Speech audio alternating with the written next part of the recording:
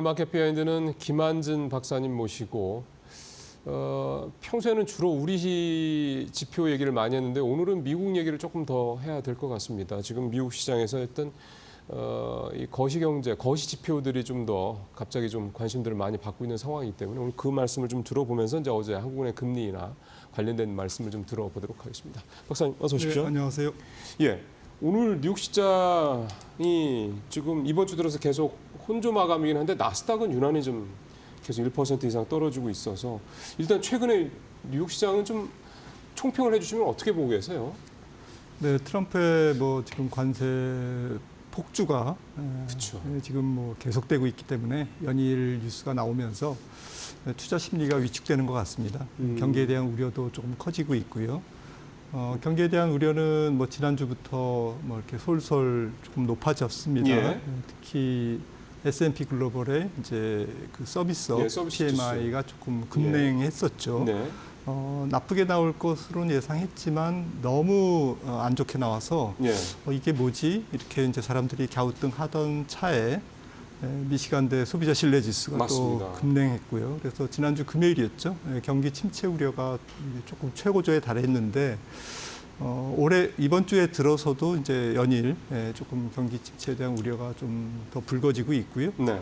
어제 같은 경우에는 이제 컨퍼런스 보드 권위 있는 정부 기관은 아니지만 가장 신뢰감 있는 경기 예측 기관인데 소비자 신뢰 지수가 나왔는데 거의 그 낙폭으로 보면 거의 7포인트나 빠졌는데 그 지수가 102에서 7포인트가 빠졌는데 그게 2021년 9월 이후에 8월 이후에 가장 큰 낙폭이에요. 그러니까 거의 4년 가까이 돼서. 네, 그 낙폭이 굉장히 크게 나타나서 앞서 말씀드렸던 여러 가지 S&P 글로벌의 PMI라든지 미시간대 이런 것들과 연결해서 본다면 이거는 경기 침체가 조금 굳어지는 거 아니야? 라고 이제 공포감이 들죠. 더 커졌는데 특히 이제 고용 시장에 대한 어제 조금 그 지표를 보니까 일자리가 풍부하다고 응답한 응답자는 줄고 일자리를 구하기 어렵다는 응답자는 늘고 그래서 고용 시장의 기대 지수가 조금 안 좋아졌어요. 그리고 컨퍼런스 보드에 이제 여러 가지 항목이 있는데 현재 사업 상황에 대한 그 평가 지수만 제외하고는 이 5개 중에서 4개가 다 안 좋았어요. 현재에 대한 거는 현재는 괜찮은데 앞으로는 대부분 다 안 좋아질 것 이렇게 본다는 말씀이죠. 네, 이것도 소비에 대한 게 아니라 이제 기업들 이제 경영 상황에 대해서 그러니까 조금 어제 컨퍼런스 보드의 지표는 앞으로 나올 지표에 대한 긴장감을 불러일으키는 충분했고요. 네. 특히 이제 10년물과 3개월물 국채 금리의 이제 그 스프레드 차이가 이제 역전이 됐습니다. 장중에. 그래서 거의 이제 붙어 있습니다. 그 10년물 금리가 4.2%대로 이제 내려왔기 때문에 어제 장중에 한때 내려왔기 때문에 거의 붙어 있는데 상징적으로 그게 이제 역전되니까 이런 게 역전되면 이제 자동적으로 매도가 나오는 그런 펀드도 있거든요. 그래서 이제 이런 것들도 어제 뉴욕 증시의 하락에 좀 일조한 것 같습니다. 그러면은 말씀 나온 김에 그 말씀을 여쭤봐야 되겠네요. 이 소비 심리가 하락한다라는 거의 의미를 월가에서 나온 오늘 저도 분석 내용을 좀 들어보니까 결국 이제 관세 리스크에 대한 부분들이라고 앞서던 관세 폭탄, 관세 충격 이 말씀을 하셨었던 건데 이 소비 심리가 하락한다라는 게 미국 사람들의 도 그렇고 아까 기업 말씀도 그렇고 그다음에 이게 시장도 그렇고 이게 이제 어떤 식의 이제 어떤 그 연쇄 작용을 준다고 그래야 될까요? 그런 걸 준다고 봐야 됩니까? 지금 주식시장 컨디션은 밸류에이션이 높아져 있는 상태에서 비록 거품은 아닐지라도 밸류에이션이 만만치 않게 높아져 있는 상태에서 순풍이 불지 않으면 상당히 조금 부담을 느낄 수밖에 없는 그러한 상황이다라고 이제 진단할 수 있겠고요. 결국에는 이제 기업 실적이 어떻게 나올 건지가 관건인데 통상 이제 경기 지수, 특히 경기 동행 지수와 기업들의 EPS 증가율은 거의 동행합니다. 상관계수가 굉장히 높습니다. 그래서 경기가 여기서 버텨주면 기업 실적이 지금 월가에서 예상하는 올해 S&P 500의 EPS 성장률 한 10% 정도의 성장률이 증가율이 조금 충족될 것이라고 이제 사람들은 믿는데 네.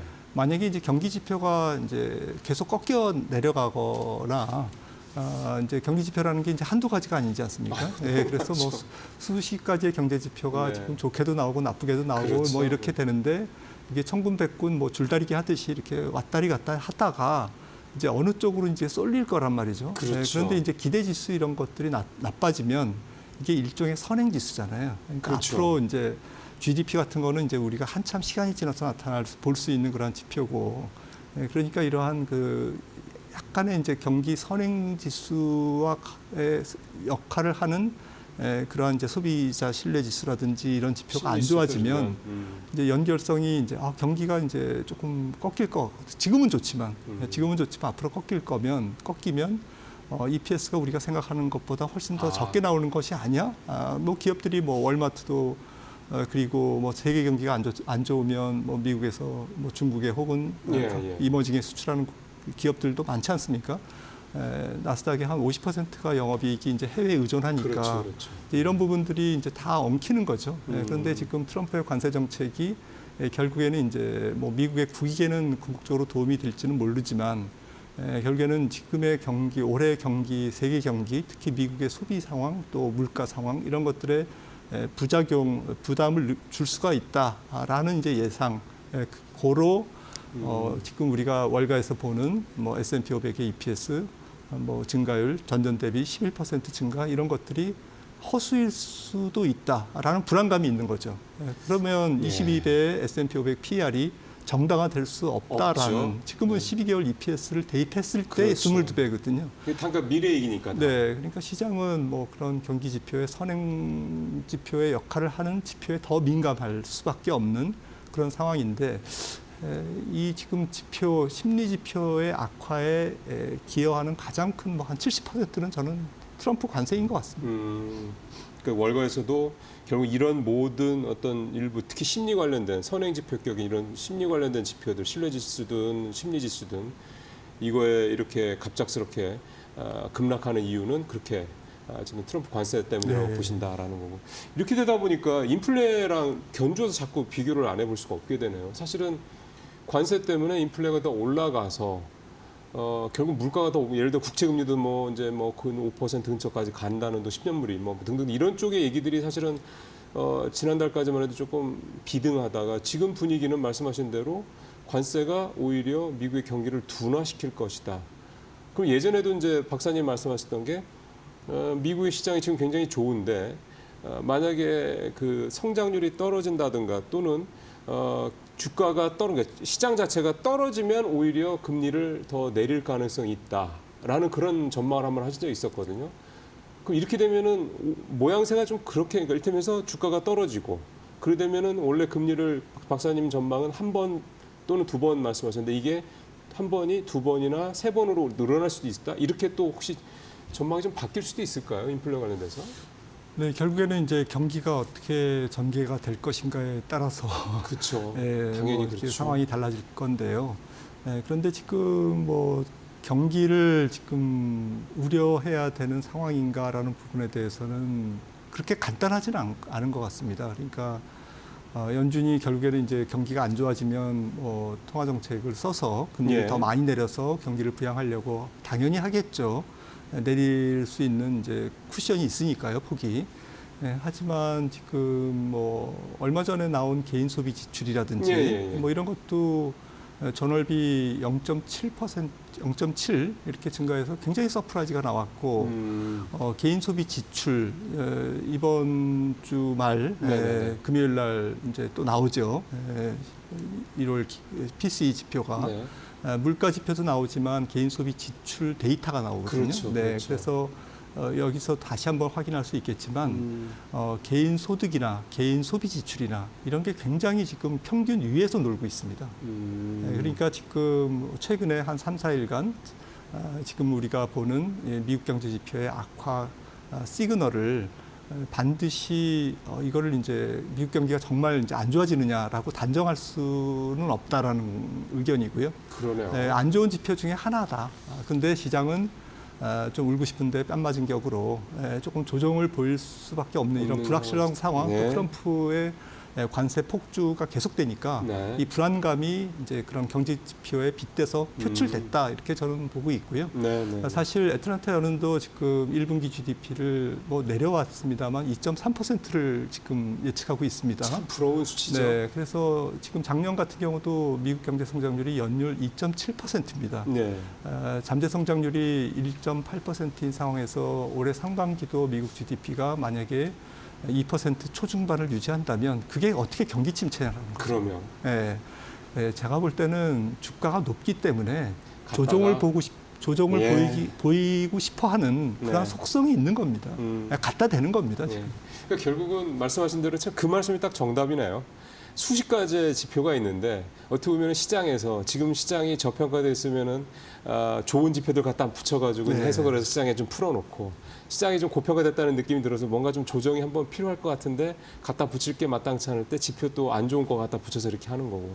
근데 지금 그 중에서 미국 경제 3분의 1을 차지한다라고 우리가 잘 알고 있는 미국의 소비는 여전히 평균 이상으로 좋다.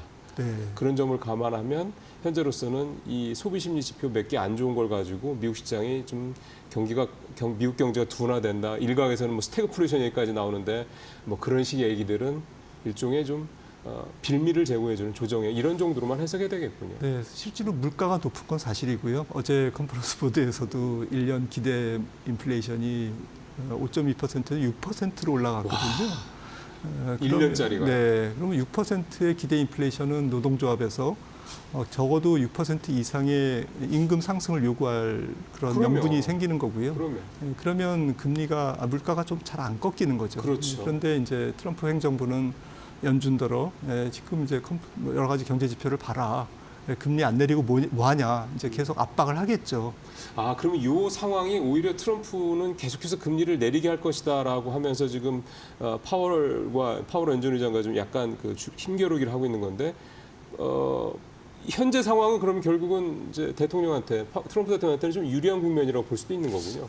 네, 연준을 압박할 명분은 거리가 생긴 거니까. 생기는 네. 거죠. 네.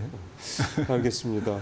근데 어쨌든 지금 박사님 말씀하신 거를 한마디로 정리해 보면 지금 나오고 있는 일부 지표, 그러니까 S&P 글로벌 서비스 PMI, 미시간대 소비자 심리지수, 오늘 나온 컨퍼런스 모드 소비자 이 신뢰지수 등등등이 급락했다라는 부분들은 이게 좀 미래 전망에 대해서 불안감이 반영된 것뿐이고 여러 가지 지표 중에서 좀 안 좋은 지표가 부각이 된 거지. 이게 미국 경제가 둔화로 간다든가 스태그플레이션이라든가 뭐 등등등 침체라든가 이런 식으로 갈 만한 근본적인 그런 지표들은 아직은 아니다라는 점. 그러다 보니까 이제 이번 주 말에 발표될 PC 가격 지수가 훨씬 더 또 그 내용이 중요하게 좀 더 부각이 되는 것 같습니다. 이제 우리 시장 얘기로 좀 넘어오도록 하겠습니다. 어제 한국은행 금리 내렸고요. 뭐 1월 달에 동결할 때 충분히 이제 예상을 했던 바이기도 하고, 뭐 2%대 금리 시대 열었다 등등등 뭐 여러 가지가 있습니다. 사실 중요한 거는 금리 인하 기조가 현재 우리 경제 상황을 봤을 때 앞서 미국 얘기를 하면은 참 이게 너무 격세지감이 느껴져서 그렇긴 한데 우리 상황이 이 정도 가지고 과연 현재 우리 경제 이 성장률 둔화 상황을 지금 커버할 수 있는 것이냐라는 문제. 그러면 추가적으로 더 얼마를 내릴 수 있는 거냐. 또 추가적으로 내린다면 그게 현재 우리 상황에서 감당이 가능하냐. 부동산 문제도 있고 하니까. 뭐 이런 부분들에 대한 궁금들이 좀 많으실 것 같습니다. 어제 금리나 관련돼서 박사님이 지금 드셨던 생각들은 어떤 것들입니까?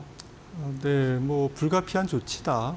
통화 정책이나 추경이나 이런 통화 정책, 재정 정책 모두 지금 매우 시급할 정도로 경기가 안 좋은 신호를 보내고 예. 있다. 우리나라 경제 굉장히 아프다라고 예. 이제 진단을 할 수 있겠고요.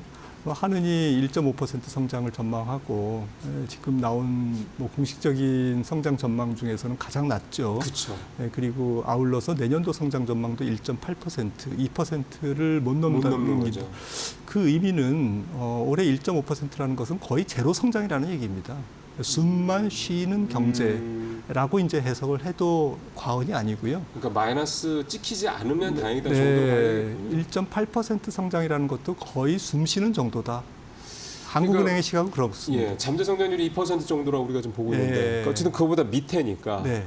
결국 우리 경제가 성장을 못한다는 얘기니까 말씀하신 대로 숨만 쉬고 있다 이렇게 봐야 되는 숨만 거고 쉰다. 그리고 활력이 없다. 활력이 없다. 미래가 더 안 보인다. 이렇게 얘기할 수 있겠고요. 금리 인하 당연히 필요하죠. 추경 당연히 필요하지만 이거는 뭐 심하게 말씀드리면 그냥 모르핀입니다. 그냥 단기 처방이고요. 네. 당장 자영업자들, 특히 다중채무자들 지금 한 75bp 정도 내리면 한 연 200만 원 정도 이자가 절감됩니다. 네. 굉장히 큰 거죠. 그럼요. 25bp는 아니고요. 그래서 계속 내려준다면 이제 조금 숨 쉴 수 있는 공간이 생기는 것은 맞습니다. 네. 하지만 그렇다고 빚을 갚는데 조금 수월한다는 거지. 소비가 뭐 일어난다든지, 살아난다든가. 뭐 기업이 안 하던 투자를 한다든지 이런 것과는 조금 좀 거리가 있다라는 말씀을 좀 드리는 거고요. 예. 결국에는 이제 순환적인 우리나라 경제의 어려움과 네. 구조적인 어려움을 조금 구분해서 생각을 해야 되는데 네. 이 구조적인 어려움을 극복하기 위해서는 보다 더 이제 좀 본질적인 예. 산업 정책과 이제 생산성 개선에 대한 이런 정책들, 또 산업 구조의 전환이라든지 이런 좀 거창한 또 긴 프로젝트가 필요한 것이죠. 예. 그래서 이런 부분들은 이제 논의를 하고 당장 이제 순환적인 경기 악화를 조금 보전하기 위한 조금 정책으로서의 이제 통화 정책, 금리 인하는 앞으로도 한 2번 정도는 인하 여력이 인하를 좀 열어놔야 될 것 같은데 문제는 이제 한미 금리 차도 전혀 무시할 수는 없거든요. 그럼요. 지금 어제 금리 인하로 이제 1.75%까지 벌어졌죠. 175bp가 벌어졌는데 미국 경제가 앞으로 하반기 어떻게 될지 모르겠습니다만 저는 이제 앞서도 앵커님 말씀하셨듯이 한 번이나 하면 많이 나는 것이다 이제 생각을 합니다. 여전히 그 네. 기존 전망은 유지되시는 거고요. 네, 그런데 우리나라도 그렇고 또 유럽도 그렇습니다만은 한 3번, 4번이나 해야 되는 거거든요. 네, 사실은 네, 우리나라 네. 경제만 놓고 보면. 맞습니다. 하지만 이제 그런 부분들에 대해서 조금 어려움이 있고 또 트럼프 관세 정책이 계속된다면 이제 환율이 계속 올라갈 수 있기 때문에 그렇죠. 그렇게 금리를 인하했을 때 좀 이제 좀 역효과, 수입 물가 상승이라든지 이런 부분에서 우리나라 거시경제 운영에 어려움이 더 가중될 거기 때문에 이런 부분을 고려했을 때는 트럼프 관세 정책이 초반에 계속 세게 밀어붙일 가능성이 저는 높다고 보거든요. 왜냐하면은 원하는 트럼프의 이제 그 어쨌든 상대방 교역국으로부터의 뭐 거래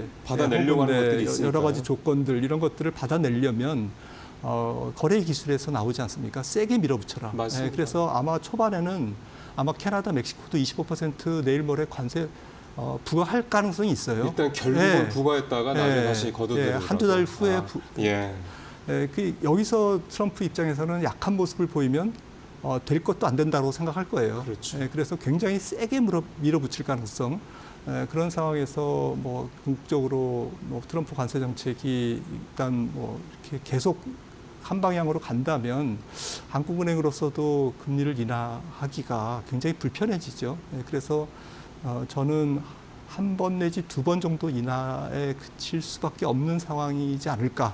트럼프의 관세 정책이나 여러 가지 환율 여건들을 종합했을 때요. 그렇게 보고 있습니다. 어제 이창용 총재가 보통 이 정도 위치에 있는 사람이 이렇게 얘기를 잘 안 하는데요. 뭐 흔한 말로 국뽕 수준까지 얘기하는 좀 그렇긴 합니다만 어제 되게 이제 어떻게 보면 이제 좀 비관적인 얘기인 거죠. 1.5% 이런 얘기를 하면서 그게 우리 경제 수준이다. 이게 우리 경제 수준이다. 뭐 이런 식의 표현을 어제 좀 이례적으로 해서 이런 식의 얘기를 하는 거는 뭐 나름 이제 이거에 대한 후폭풍도 생각을 했을 거고 이런 분이 한국은행 총재 위치에 있는 분이 결국 뭔가 이게 의도하는 바가 있지 않겠냐는 생각도 좀 들어서 결국 이창용 총재 얘기하는 우리 경제가 현재로서는 잠재 성장률이 훨씬 못 미치는 수준밖에 안 된다라고 하는 거는 결국 이제 이 부분을 어떻게 좀 극복을 해야 되느냐 이 부분에 대한 화두를 던진 게 아니냐 생각이 들더라고요. 앞서 잠깐 이제 산업구조 전환이나 등등등 이런 말씀 잠깐 하시긴 하셨는데 이창용 총재의 속내는 뭘까요? 그건 제가 모르겠습니다만은 작년에 한국은행에서 나온 보고서 중에 유독 이제 부동산 보고서가 많았는데 예. 우리나라가 이제 자원 배분이 너무 부동산에 쏠려 있어서 생산적이고 조금 우리 전 세계가 AI 또 혁신 성장 이런 4차 산업 이런 그 드라이브로 가고 있는데 우리나라는 이제 그런 거에 조금 더 지금 서툴 상황이고 그렇죠. 일단 국가적인 자원 배분이 너무 이제 부동산으로 쏠려서 부동산에 진심인 나라 좀 생산적이고 또 주식시장으로 자금이 물거가 계속 쏠릴 수 있도록 이렇게 유도를 해야 되는데 이런 부분에서 조금 아쉽다는 리포트가 한국은행에서 많이 나왔습니다. 네. 그리고 또 저출산 보고서도 나왔고요. 이런 것들을 종합했을 때는 결국에는 이제 이러한 정부의 정책이 조금 우리나라의 잠재 성장률을 제고하기 위한, 높이기 위한 이러한 정책으로 조금 진행돼야 그랬을 때 이제 통화 정책도 더 효과를 본다. 이제 이러한 한국은행의 시각이 조금 담긴 게 아닌가 이렇게 추정을 합니다. 이제 작년에 그 얘기 나오면서도 교육 문제도 우리 네, 교육시스템에 네, 지적됐었잖아요. 네, 네. 결국은 이 총재의 생각은 부동산 문제, 이 교육 문제 이런 게 결국 우리 시장, 우리 경제의 잠재 성장을 계속 갉아먹는 네. 요소들이다. 그러니까 이거를 누가 됐든 간에 좀 바꿔야 된다. 이 얘기를 하고 싶었던 것 같습니다. 맞습니다. 네. 박사님 말씀 잘 들었습니다.